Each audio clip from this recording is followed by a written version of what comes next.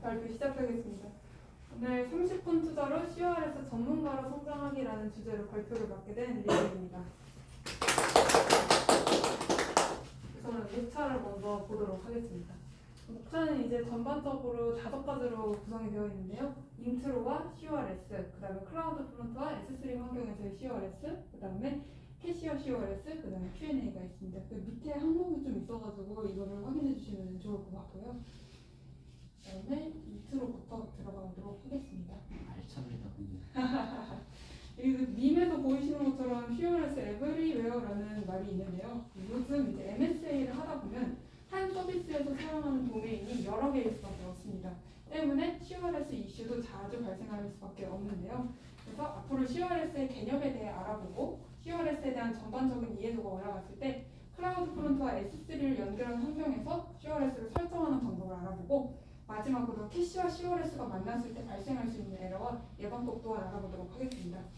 이번 시간을 통해서 CRS에 대해서 잘 파악하고 CRS를 만나더라도 더 이상 겁먹지 않는 개발자로 거듭나도록 합시다. CRS라는 주제로 이제 먼저 들어가게 되는데요. 우선은 크로스 오리진 리소스 쉐어링이라는 항목을 먼저 보도록 하겠습니다. 이게 CRS의 풀네임이다라고 보시면 될 것 같은데요. 이제 여기서 크로스 오리진이란 교차 출처를 말합니다. 근데 교차 출처가 어려운 말이 아니라 서로 다른 도메인을 가지고 있을 때 그걸 이제 교차 출처라고 하고요. 같은 도메인에서 가져온 리소스들은 이제 별다른 설정 없이 사용하는 것이 일반적이지만 이렇게 출처가 다른 리소스를 사용할 때는 보안 문제가 발생할 수 있기 때문에 제한적으로 움직이게 됩니다. 근데 이럴 때 CRS는 이런 다른 도메인들끼리의 리소스를 공유하기 위한 HTTP 헤더 베이스 메커니즘이고 서로 도메인이 다르더라도 데이터를 안전하게 공유할 수 있도록 권한을 부여하거나 제한하게 됩니다. 여기서 한 가지 보실 게 CRS는 브라우저 서버 사이에 세큐어한 요청을 서포트하기 때문에 CRS를 위반했다는 에러는 브라우저를 사용하실 때 볼 수 있습니다. 그 다음에 이 부분은 제가 조금 처음에 헷갈렸던 부분인데 CRS는 어떤 리소스 요청을 보낼 때 사용하게 될까요? 저는 리소스라는 얘기를 듣고 그냥 단순하게 이미지나 오디오, 파일처럼 이런 리소스적인 부분에만 CRS 정책에 해당되는 줄 알았는데 텍스트 데이터나 제이슨 또한 CRS 정책에 해당되게 됩니다. 요약하자면 CRS는 정적 콘텐츠뿐만이 아니라 동적 콘텐츠로 주고받을 때도 CRS가 적용이 된다고 생각하시면 될 것 같습니다. 그 다음에 CRS가 발생하는 경우를 먼저 알아볼 텐데요. 방금 말씀드린 것처럼 이게 브라우저에 통하는 정책이다 보니까 브라우저와 서버가 커넥션을 맺을 때 볼 수 있고요. 서버나 서버, 터미널과 서버일 때는 거의 볼 수 없는 에러입니다. 그 다음에 이제 만약에 예시를 들어서 lily.im이라는 도메인이 있을 때 이게 CRS가 일어나는 도메인들을 볼 텐데요. 여기서 not lily.im, api.lily.im, lily.im인데 포트가 3030일 때, 그 다음에 HTTP를 사용할 때 모두 다 CRS가 일어나게 됩니다. 즉 CRS는 프로토콜, 도메인, 포트가 하나라도 다르면 다른 도메인으로 인식하게 됩니다. 그 다음에 CRS는 말씀드린 것처럼 하나의 정책이라고 말씀드렸는데 그럼 이게 정책을 위반하는 경우는 무엇이냐? 이제 CRS가 헤더 베이스 메커니즘이다 보니까 오리진 헤더랑 이제 액세스 컨트롤 얼로우 오리진을 사용하게 됩니다. 그래서 요청 헤더에 오리진이 담겨 있는 도메인이 응답 헤더에 액세스 컨트롤 얼로우 오리진에 포함이 되어 있다면 CRS 정책을 준수한 것인데요. 말로 풀다 보니까 이제 조금 어려운데 CRS 정책을 준수하는 예시를 먼저 보자면은 리퀘스트 부분이 좀 잘렸는데 리퀘스트 오리진이 HTTP의 익스체인지 스테이징 카사.신가거든요. 리스폰스는 보시다시피 지금 액세스 컨트롤 얼로우 오리진이 와일드 카드가 되어 있죠. 그럼 모든 도메인을 허용한다는 뜻이잖아요. 그럼 결국 모든 도메인을 허용하다 보니 이 CRS는 오케이겠죠? 허용이 된 거겠죠? 그럼 이번에는 정책을 위반하는 경우를 보게 될 텐데요. 리퀘스트는 아까와 같은 오리진이지만 리스폰스를 확인해 보시면 아까처럼 액세스 컨트롤 얼로우 오리진이 없어요. 그러면 이제 정책을 위반하게 된 거겠죠? 그러면은 만약에 여기 같은 경우는 그렇게 액세스 컨트롤 얼로우 오리진이 없기 때문에 그럼 브라우저에서 동일한 도메인에서 가져오는 폴리시를 적용을 하게 되거든요. 그러면 당연히 이제 차단을 먹겠죠. 도메인이 다 같지 않으니까. 그다음에 이제 프리플라이트로 넘어가게 될 텐데요.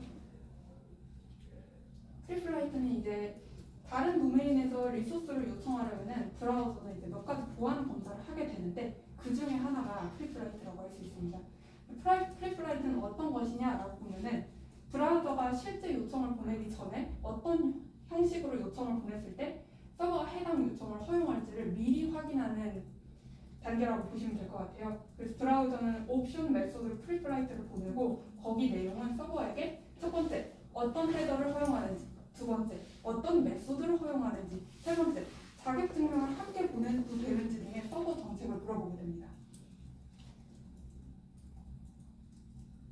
그다음에 이제 프리플라이트의 흐름에 대해서 좀 간단하게 말씀드리도록 하겠습니다. 여기서 이제 맨 처음에 예를 들어 여기가 저희가 F2라고 해볼게요. 그러면은 프리플라이트 리퀘스트를 오리진 서버에 보내게 됩니다. 나 이러이러한 요청을 보낼 건데 너네 정책은 어떻니? 라고 보내게 되면은 이제 프리플라이트에 대한 리스폰스를 서버가 주겠죠. 아, 우리는 이러이러한 걸 허용하고 이렇게 보내도 돼. 라고 하면은 이제 프리플라이트를 받은 이제 F2는 그 형식에 맞게 리소스 요청을 보내게 되겠죠. 그러면 이제 서버의 CORS 정책이 모두 다 허용이 되니까 아 너는 유효한 사용자구나. 오케이 너가 원하는 리소스를 내어줄게. 이렇게 네 가지 스텝으로 구현이 되어 있다고 보시면 될 것 같아요. 만약에 프리플라이트를 통해서 실제 요청이 서버에서 허용되지 않는 형태를 알게 되면은 브라우저에서는 실제 요청을 보내지 않고 에러 처리를 해버립니다. 넘어가도록 하겠습니다. 그다음에 이제 저희 사이트에서도 실제로 프리플라이트를 사용하는 경우가 있거든요. 많이 보셨을 텐데 지금 여기에 terms condition content라고 동일한 URL을 요청을 하고 있는데 메소드가 달라요. 하나는 옵션이고 하나는 get이죠. 그럼 이 옵션스가 프리플라이트 요청이라고 보실 수 있는데 프리플라이트는 리퀘스트의 서버의 정책에 대해서 질의를 한다고 했잖아요. 그래서 이제 리퀘스트 헤더를 보면은 액세스 컨트롤 리퀘스트 헤더라던가 액세스 컨트롤 리퀘스트 메소드 이런 걸 보내게 되고 그 질문을 받은 서버 같은 경우는 리스폰스 헤더에 답을 주게 됩니다.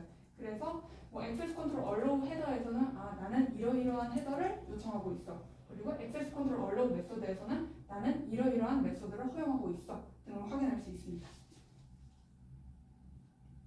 그다음에 하지만 모든 요청이 이제 프리플라이트를 보내지 않아요. 이게 약간 CORS가 이랬다 저랬다 이런 경우에 있어서 굉장히 어렵다고 느껴지는데 프리플라이트를 보내지 않은 요청은 이제 심플 리퀘스트, 즉 간단한 요청을 보낼 때는 프리플라이트를 보내게 되지 않습니다.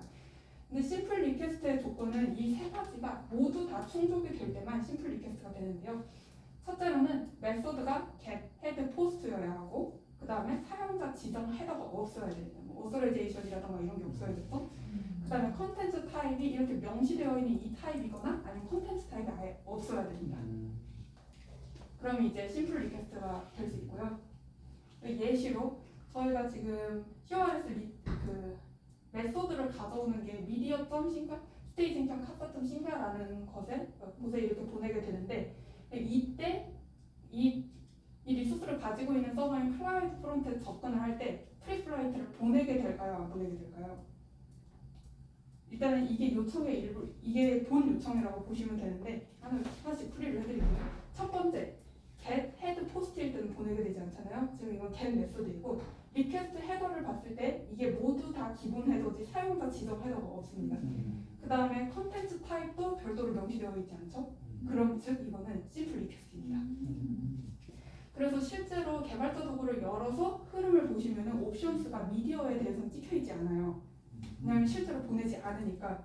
전 첫 번째 착각을 했던 것 중에 이제 클라우드 프론트가 S3에서 자체적으로 관리를 하고 있기 때문에 프리플라이트를 보내도 브라우저에서 프리플라이트가 따로 안 나오는 줄 알았는데 그냥 보내지 않는 형식이었습니다.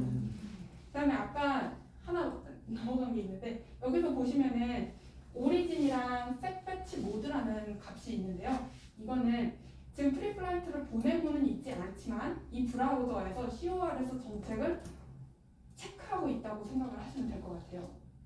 오리진 같은 경우는 이미 아시겠지만 이제 셋배치 모드 같은 경우는 브라우저가 리소스를 가져오는 방식을 지정하는 거거든요. 그래서 이 셋배치 모드가 CORS로 되어 있으면은 CORS 정책을 준수하는 요청이다라고 생각하시면 됩니다. 그래서 이제 여기는 넘어가도록 하겠습니다. 그 다음에 저희는 객체를 분명히 S3에 저장을 하고 있는데 왜 자꾸 클라우드 프론트 얘기가 나오느냐 혹시 궁금해하실까봐 여기다가 달아두고 있는데요. 지금 S3를 그냥 쓰는 게 아니라 클라우드 프론트에 연결해서 사용을 하고 있습니다. 그래서 때문에 진짜 리소스를 받으러 갈 때도 한 번도 이 S3로 시작하는 URL로 된 걸 보신 적이 없으실 거예요. 그게 아니라 클라우드 프론트에 media.staging.casa.sin가를 달고 리소스를 요청하게 됩니다. 그래서 이제 항상 저희가 CORS를 말할 때 클라우드 프론트와 S3가 같이 나올 수밖에 없는 환경입니다.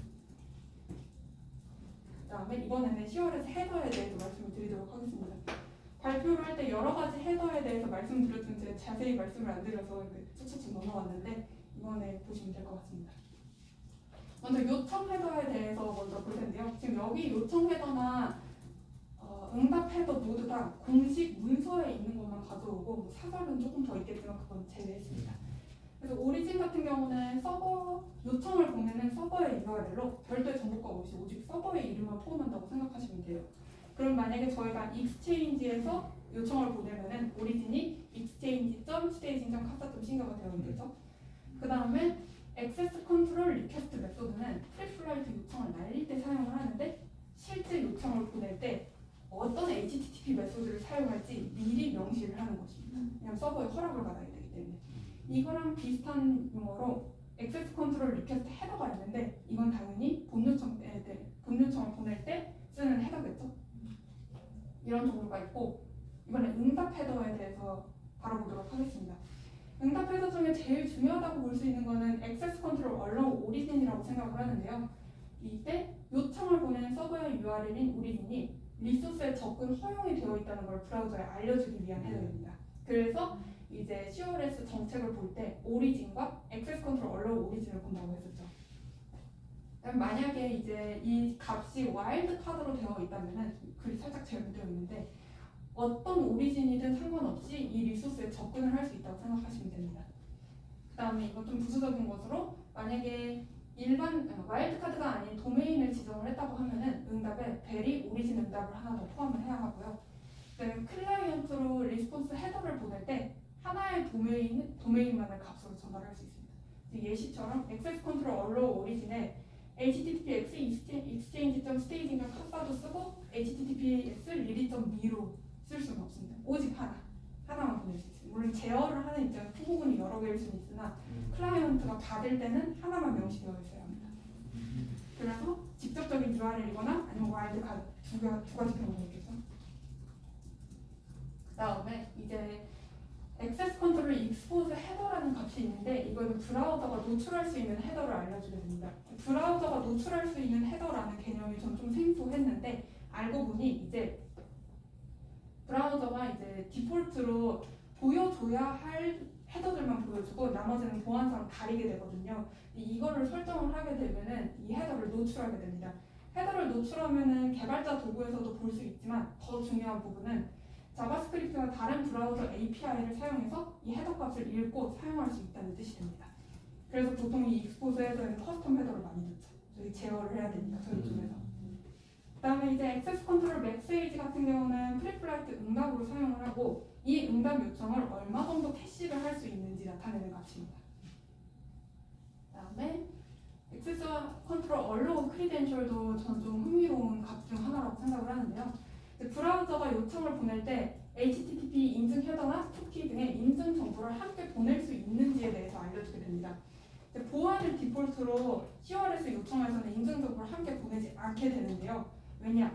브라우저의 입장에서는 인증 헤더나 쿠키가 사용자의 인증 정보를 가지고 있는데 출처도 모르는 같은 도메인이 아닌 다른 도메인으로 요청을 보낼 때 사용자 인증을 같이 넣어서 보내면 리스키할 수 있겠죠. 보안적으로 리스키할 수 있기 때문에 디폴트로는 같이 보내지 않는데 서버에서 액세스 컨트롤 얼로우 크리덴셜을 true로 보내면은 서버가 사용자의 인증 정보를 필요로 하고 사용자의 인증 정보를 안전하게 처리할 수 있을 거라고 간주를 하고 보내게 됩니다. 한마디로 서버를 믿는 거죠. 브라우저는.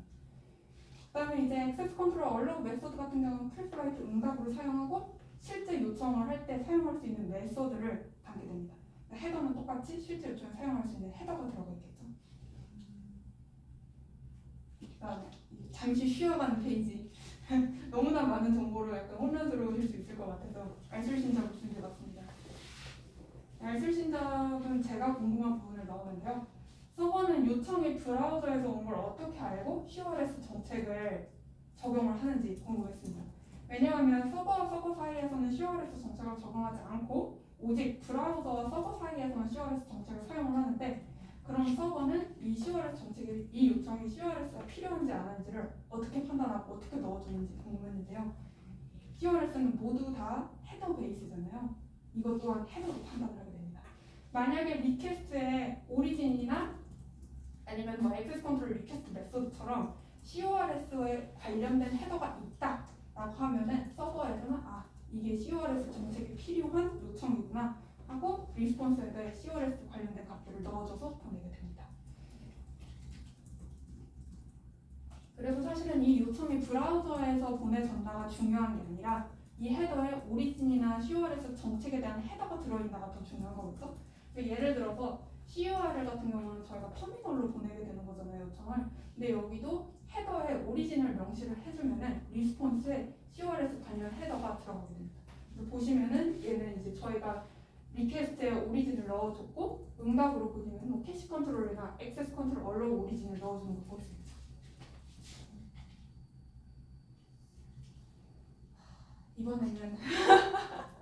이번에는 클라우드 프론트와 S3 환경에서의 CORS에 대해서 알아볼 건데요.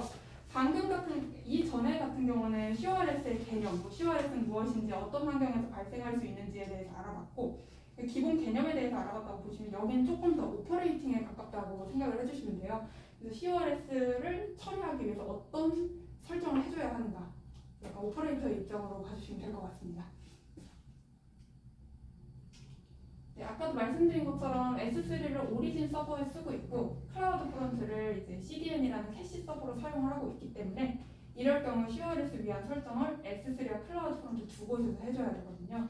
근데 이제 베스트 프랙티스로 들어가기 전에 두 서비스의 설정이 도대체 무엇을 하는지 이거에 대해서 먼저 조금 알아보도록 하겠습니다. 맨 처음에는 S3 CORS 구성이라는 요소에 대해서 알아보도록 하겠습니다. S3의 CORS 구성은 S3 버킷이 액세스할 수 있도록 허용할 오리진과 각 오리진에 대해 지원되는 HTTP 메소드 및 기타 작업을 식별하는 규칙이 포함된 문서인데요.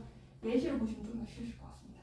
네, 지금은 모든 걸 다 와일드카드로 넣은 한마디로 모든 것을 허용하는 CORS 구성인데 allow 메소드, allow 오리진, allow 헤더, export 헤더, 딱 이름만 들어도 이제는 좀 뭔지 알 것 같지 않으신가요? 아까 그 헤더가 굉장히 유사하죠? 아까 전에 말씀드렸던 헤더랑. 좀 더 들어가다 보면은 allowed 메소드 같은 경우는 CORS 요청에서 허용되는 HTTP 메소드를 설정하게 됩니다. 서포트하는 메소드들은 get, put, post, delete, head인데 좀 특이하지 않나요? CORS에서는 옵션스에 프리플라이트를 보낸다고 했는데 옵션스가 없습니다. 저는 이게 조금 처음에 헷갈렸었는데 allow 메소드 같은 경우는 리소스를 위한 실제 요청을 보낼 때 사용하는 메소드이기 때문에 프리플라이트는 실제 요청이 아니잖아요. 그래서 여기서 서포트를 하지 않습니다. 그 다음에 allowed 오리진 같은 경우는 CORS 요청을 허용하는 오리진을 지정하게 됩니다. 그래서 여기서 지정을 해주면은 저희가 응답 헤더로 받을 때 액세스 컨트롤 allow 오리진에 들어가는 값을 관리한다고 생각하시면 될 것 같아요.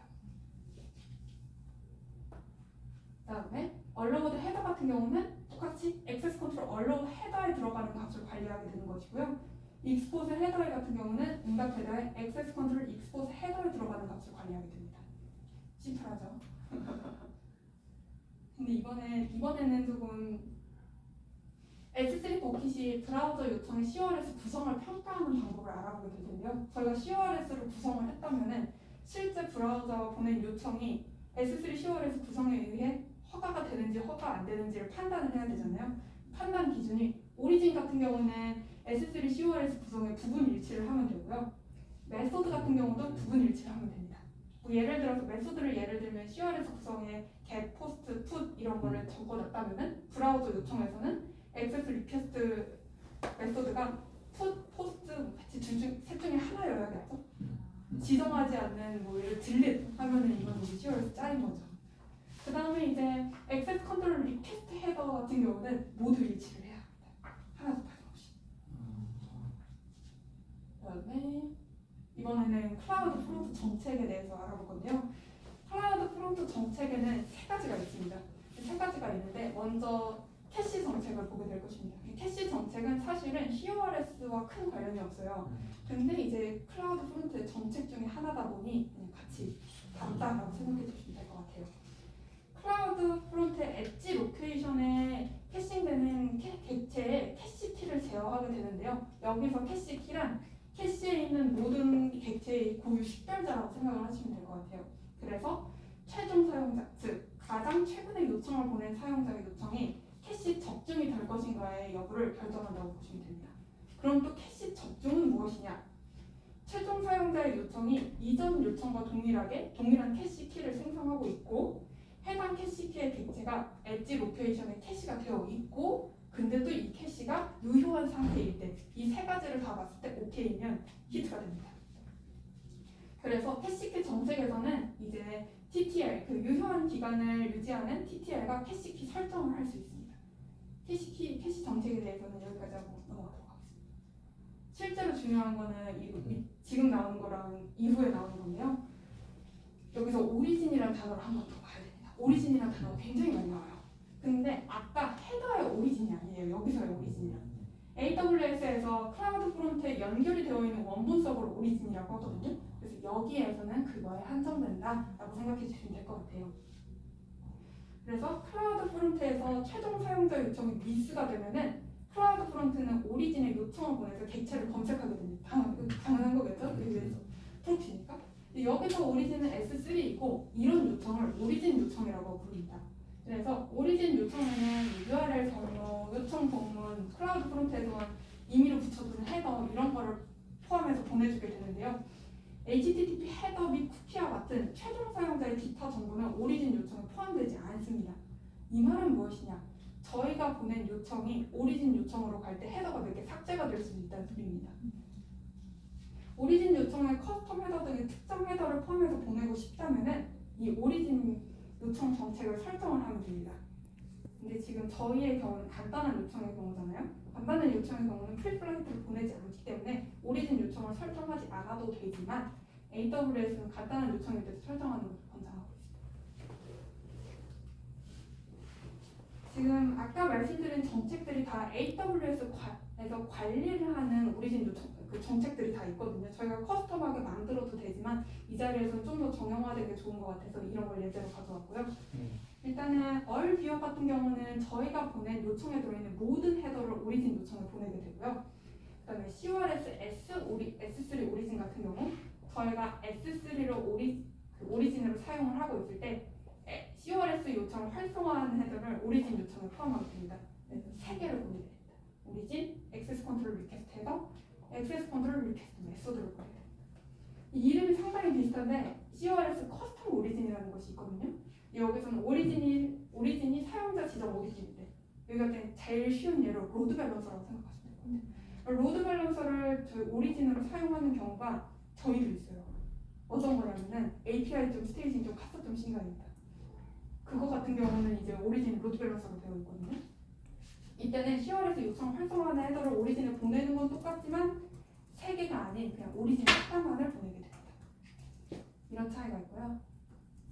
그다음에 마지막으로 응답 헤더 정책에 대해서 말씀드리겠습니다. 이 클라우드 프론트의 정책을 보면 굉장히 심플하죠. 하나는 캐시에 대한 정책이고 하나는 오리진에 보내는 요청에 대한 정책이고 요청을 봤으면 마지막으로 응답이 있겠죠. 그래서 응답 헤더 정책이 나오게 된 것입니다. 이 응답 헤더 정책은 이걸 사용을 하면은 사용자에게 보내는 응답에 HTTP 헤더를 수정을 할 수 있습니다. 그래서 이를 통해서 클라우드 프론트는 최종 사용자에게 응답을 보내기 전에 서버에서 수신한 헤더를 지워버리거나 아니면 더 추가를 해서 보낼 수가 있습니다. 이런 아래 값들을 응답 헤더에서 제어를 할 수 있는데요. 메타데이터라던가 CORS, 보안 헤더, 사용자 지정 헤더, 그다음에 클라우드 프론트 GPU를 만들기 위한 헤더 이런 거를 좀 조작을 할 수 있습니다. 클라우드 프론트 입장에서. 여기서 지금 저희가 아까 이렇게 쭉쭉쭉 말씀드린 것처럼 관리 포인트가 2개잖아요. 하나는 S3고 하나는 클라우드 프론트 응답 헤더 정책이겠죠? 여기서 클라우드 프론트 응답 헤더 정책에 있는 액세스 컨트롤 allow 오리진은 S3에 설정한 CORS 구성과 맞추는 것이 좋습니다. 만약에 예를 들어서 클라우드 프론트 응답 헤더에는 와일드 카드가 있고 S3 CORS에는 와일드 카드가 없다면은 클라우드 프론트는 아니 그 클라이언트는 어떤 응답을 받게 될까요? 이게 예제인데요. 와일드 카드를 받습니다. 이상하지 않나요? 왜냐?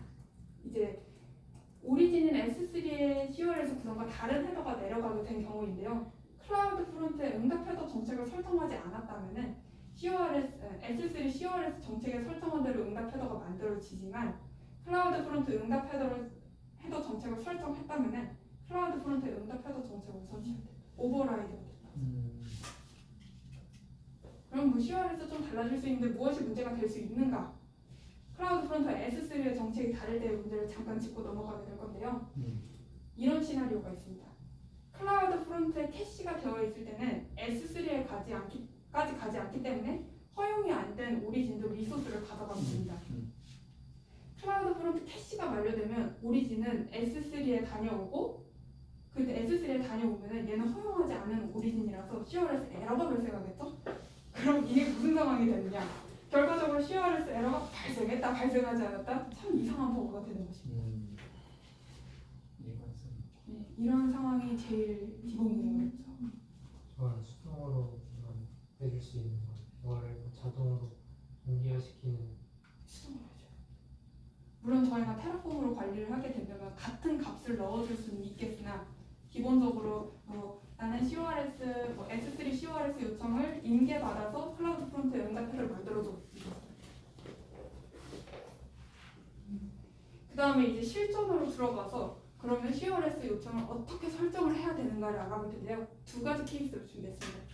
하나는 간단한 CORS 요청을 위한 설정이고 하나는 일반 CORS를 위한 요청인데요. 지금 저희 같은 경우는 간단한 CORS 요청이잖아요. 그래서 조금 더 설정이 라이트하다라고 보시면 될 것 같습니다. 그래서 두 가지를 설정을 해주셔야 되는데 S3에서는 CORS 정책을 추가해 주셔야 합니다. 그래서 여기서 뭐 헤더는 다 열어주시고 언로우 메서드는 겟만 요청해 주시고 오리진은 이거만 해주세요. 이렇게 되어 있고 익스포즈 헤더는 설정하지 않았죠. 그 다음에 클라우드 프론트에 응답 헤더 정책을 설정을 해줘야 합니다. 그래서 클라우드 프론트 응답 헤더 정책이 클라우드 프론트가 캐시된 응답에 추가적인 헤더를 포함하는 역할이잖아요. 그래서 여기서 액세스 컨트롤, 언로우, 오리진 이런 값들을 넣어줘야 합니다. 그래서 지금 예시로 워크로드 스테이징 도큐먼트 폴리시라는 걸 사용을 했는데 이걸 실제로 보시면은 여기서 액세스 컨트롤, 언로우, 오리진에 스테이징 카사점신과 스테이징 카사점신과 이렇게 설정이 되어 있죠. 원래 싱크가 맞춰있는 화면을 보여드려야 되는데 제가 싱크 맞추기 전에 화면을 보여드려서 CORS 정책이랑 지금 응답 헤더 정책이 좀 다르죠. 맞춰야 합니다. 지금 맞춰있는 상태입니다. 여기까지가 일단은 간단한 요청을 이제 보내는 거고요. 우리 CORS 요청을 위한 설정을 볼 건데 이제 CORS 요청 같은 경우는 간단한 요청이 아니다 보니 프리플라이트를 보내게 되겠죠. 그러면 이 프리플라이트에 대한 설정을 또 해줘야 해요. 그래서 몇 가지 스텝이 더 들어가게 되는데요. 일단 앞에서 보신 것처럼 S3랑 클라우드 프론트 응답 헤더 정책은 모두 동일합니다.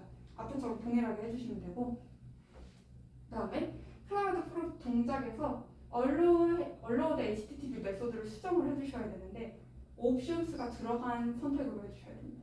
예를 들어서 get head 옵션 같은 거나 get head 옵션 푸드 어쩌고저쩌고 이걸로 해주셔야 돼요. 왜냐? 이제 프리플라이트를 보내게 될 거잖아요. 그러면 이 옵션스를 허용을 해줘야 하기 때문에 선택지를 변경하셔야 됩니다. 그 다음에 이제 오리진 요청 정책. 아까는 오리진 요청은 따로 정책을 하지 않았잖아요. 이번에는 정책을 해줬는데요. CORS 관련 헤더를 오리진 요청을 보낼 때도 넘겨줄 수 있도록 오리진 요청 정책을 설정하게 됩니다. 여기서는 그냥 예시로 AWS에서 매니지드 해주는 CORS S3 오리진을 넣어줬는데요. 이걸 넣어주면은 본 요청, 즉 S3에 보내는 요청을 보낼 때 오리진, 액세스 컨트롤 리퀘스트 헤더, 액세스 컨트롤 리퀘스트 메소드라는 CORS 관련 정책을 함께 넘겨주게 됩니다.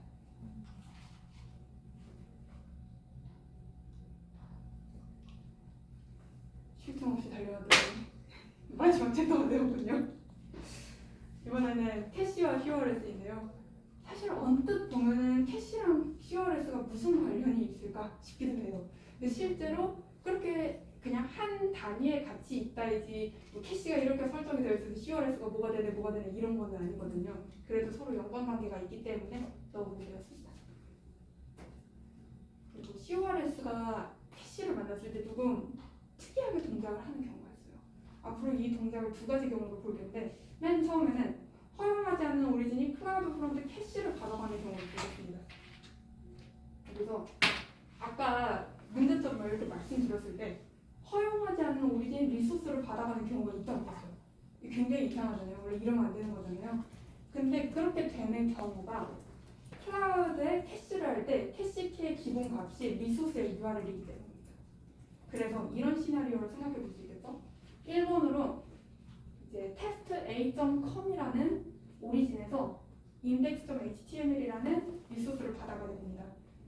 성공을 했으니까 클라우드 프론트에 캐시가 되겠죠? 두 번째로 test.b.com이라는 오리진이 와서 똑같은 URL을 가져가요. 그냥 index.html이라는 이름으로 가져가게 되니까 클라우드 프론트 입장에서 오리진이 필요가 없대요. 너가 누군지는 필요하지 않아. 지금 나는 캐싱이 되어 있어. 그러니까 너에게 줄게. 이렇게 되는 거죠. 히트가 되버립니다.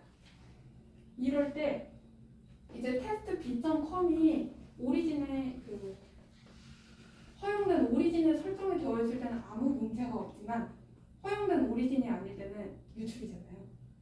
이렇게 동작이 되면 안 됩니다.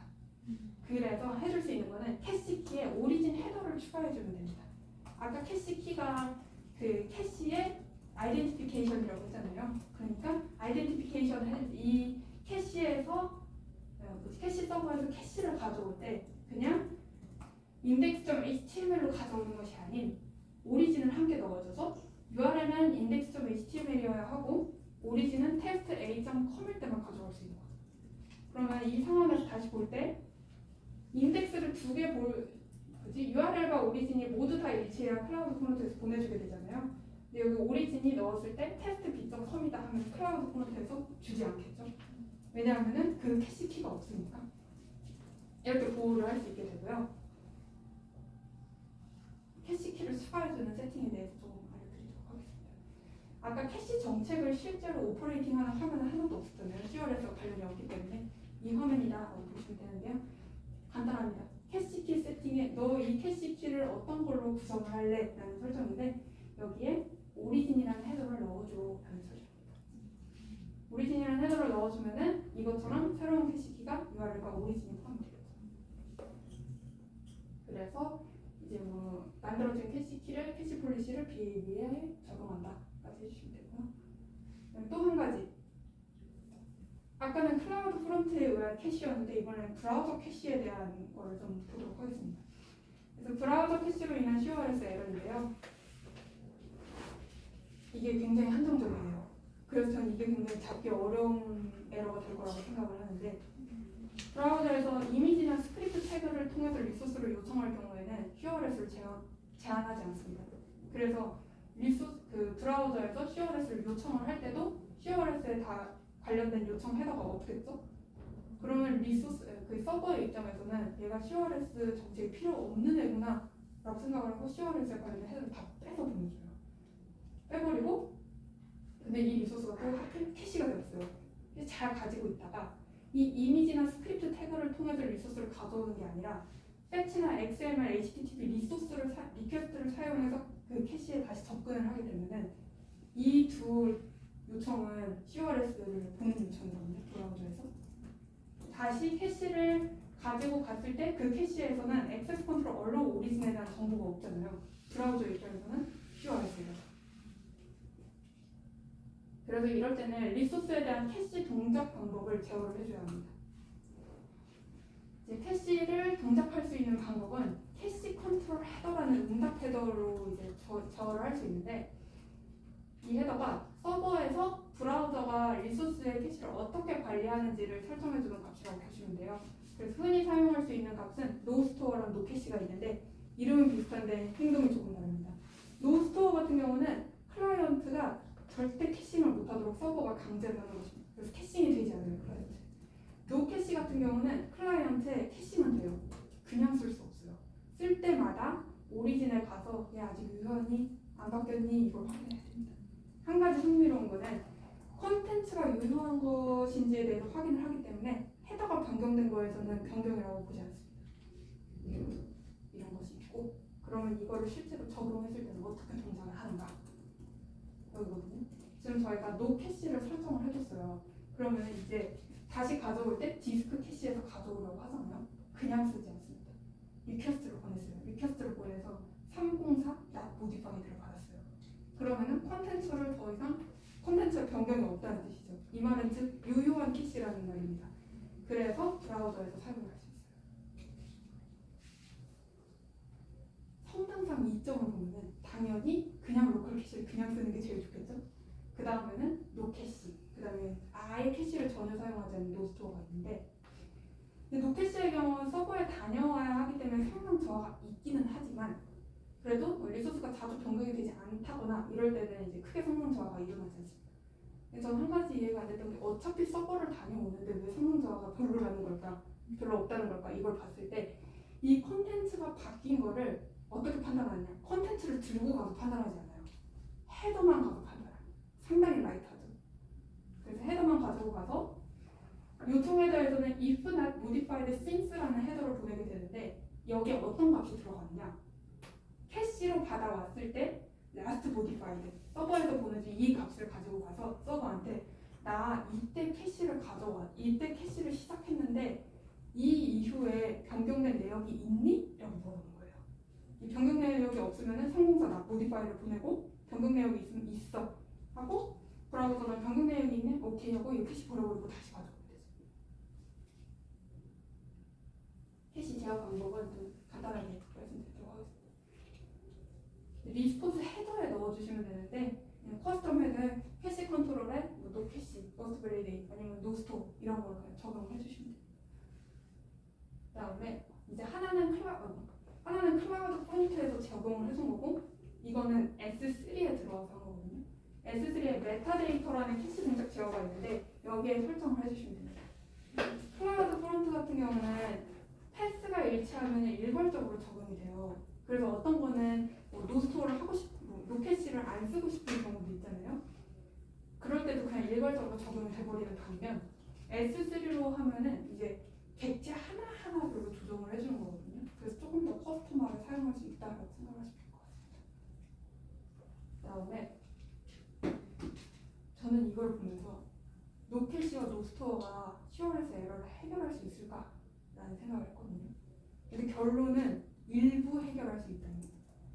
왜냐? 예를 들어서 이전에 CR에서 설정을 잘못했는데 그게 캐싱이 되어버렸어요. 그럼 그걸 그대로 쓰면 안 되잖아요.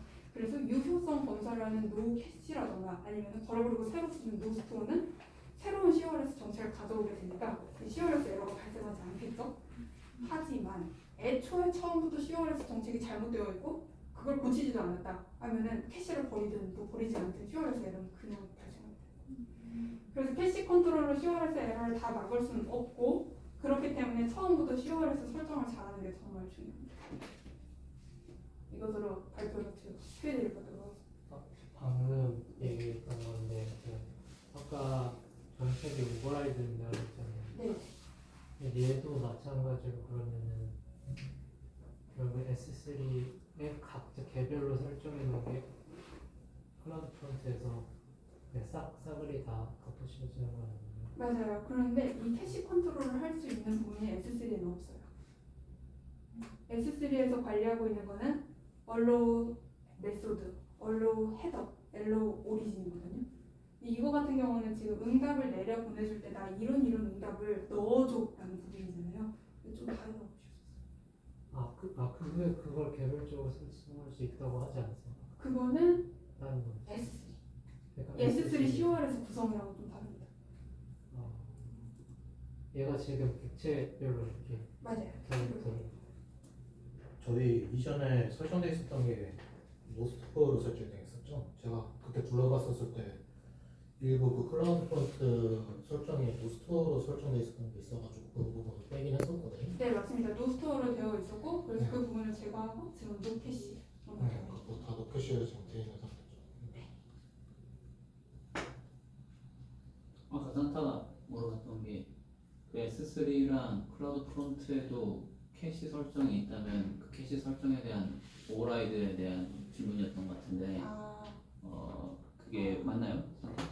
두 개 다에 대한 설정이 돼 있으면 그러니까 그 전에 말했던 거는 이제 S3에도 CORS 그 세팅이 있고 클라우드 프론트에도 CORS 세팅이 있는데 이게 오버라이드 되는 그런 성질이 있다라는 이야기를 한번 해주셨고 네네. 그렇다면 캐시 설정도 양쪽에 있다면 똑같은 이슈가 발생하는 건 아닐까에 대한 질문이었죠. 이해했습니다. 네, 아닌가? 됩니다. 맞아요. 뭐라 해도 됩니다. 오버라이드 되는 부분이 S3 쪽으로 오버라이드 되는 건가요? 아니면 클라우드 프론트 쪽. 왜냐하면 가장 마지막으로 거치게 되는 거 아무래도 클라우드 프론트거든요. 그래서 제가 이해하고 싶었던 거는 결국에 클라우드 프론트 쪽에서 설정을 하면은 여기서 개별로 아무리 때려봐야 의미 없는 거가 그래서 클라우드 프론트나 S3나 둘 다 설정을 어느 정도 동기화해주는 게 필요하고 S3가 개별적으로 관리를 할 수 있다고 했는데 저는 사실 저 개별적으로 관리하는 것까지 쓰지 않을 것 같아요. 왜냐하면 그런 관리 포인트가 더 늘어납니다. 진짜 중요한 파일의 경우에는 따로 필요할 수는 있을 것 같긴 하지만 그렇죠. 근데 미디어에 얼마나 그 진짜 중요한 파일을 넣는 경우가 많을지는 일단 더 해보면 아직까지는 잘 저희 이거 발표자로 올라가 있나요? 어디에요? 그럼 뭐 채팅이라도 아직 올리진 않았어요. 이거 방금 만들었거든요. 더 질문 있으신가요? 근본적인 질문을 하는 네, 근본적인 대답을 할 수 있는지는 잘 모르겠지만 개념적인 건데 CORS는 누굴 위해서 쓰는 겁니까? CORS는 제가 봤을 때는 브라우저를 위해 쓴다고 느낌이 받았고요. 왜냐하면은 서버에서는 CORS 설정을 아무리 잘해서봤자 본인 그 서버의 보안을 높인다는 생각은 없었거든요. 왜냐면 브라우저에서 보내는 요청을 가로채서 조작을 해버리면은 서버 입장에서 잘 걸어주는 거잖아요. 이거는 정확한 답은 아닐지 모르겠지만 이거를 그냥 조사를 해봤을 때는 클라이언트 쪽이었고 서버 쪽의 보안 사실 잘 모르겠다. 저 좀 헷갈려서 이제 이 발표를 듣는 와중에 헷갈리는 이유는 이제 CORS를 검사를 하잖아요. 이 검사하는 주체는 이제 클라이언트인 브라우저가 될 거고 그리고 검사를 할지 말지 판단하는 주체도 클라이언트가 될 거고 왜냐면 CORS에 대한 검증 어떤 리퀘스트 헤더를 보낼지 말지에 대한 판단 자체를 클라이언트가 하는 거니까 그렇다면 이 CORS라는 이 정책은 서버 입장에서는 무언가를 지키기 위한 옵션일까? 그렇다면 이제 다시 브라우저로 넘어갈 텐데 브라우저는 대체 해커로부터 무엇을 지키기 위한 옵션일까? 이게 해커로부터 지키기 위한 옵션이다라고 보기도 그런 것 같아요. 저는 그냥 이게 지금 사용자한테 보여줘도 되는 리소스야 아니야 그것만 판단한다고 생각했습니다. 굉장히 보안적으로 셜로우한 그 낮은 정책이라고 생각했어요. 근데 결국에는 호스트 오리진을 설정하는 부분은 서버端에서 설정해야 되는 부분인 거잖아요. 그렇죠. 그 CORS 정책을 관리한다든지 그게 서버의 보안을 높이기 위해 한다는 건 잘 모르겠는데 왜냐하면 CORS 정책은 브라우저에서 갈 때만 이제 관리를 하게 되잖아요. 서버 투 서버라든가 서버 투 터미널에서는 관리를 하지 않다 보니 이게 정책을 높이고 싶었으면 모두 다 예외 없이 조정이 되어 있어야 되는데 어느 때는 보고 어느 때는 안 보고 이상하지 않나? 그럼 이건 서버를 위한 보안이라고 좀 어렵겠는데? 라는 게 저의 입장이었어요. 저는 개인적으로 그냥 이게 아니면은 이해를 할 수가 없어요. 서버 근본적인 원인 자체가 서버가 브라우저를 신뢰할 수 없기 때문에 생겨난 개념이다. 이거 말고는 저는 이해할 그게 없어요. 최대한의 그런 신뢰할 수 없는 부분에 대한 커버. 뭐 사실 CORS에 대해서 이해도가 낮았으면 이런 질문들을 할 이유가 없는데 나는 이미 알고 있었는 줄 알았거든요. 내가 CORS를 사용하는 이유에 대해서. 그런데 이걸 설명을 다 들어보니까 많은 것들을 알게 됐고 그러니까 갑자기 더 궁금해지는 거예요. 거기에 대해서 난 잘 모르겠습니다. 여기서는 입장이 참 갈릴 수 있다 싶은 게 이제 프론트 엔드 쪽에서는 이걸 딱 서버로 못 믿겠어 이거고 이제 서버 입장에서는 브라우저 못 믿겠어 약간 이렇게 될 수는 있을 것 같아요. 그래서 저의 입장 제가 서버 개발자라서 그런지 서버를 위한 보안 정책은 아니다. 그냥 날 믿어줘 약간 이 정도 정책인 거지.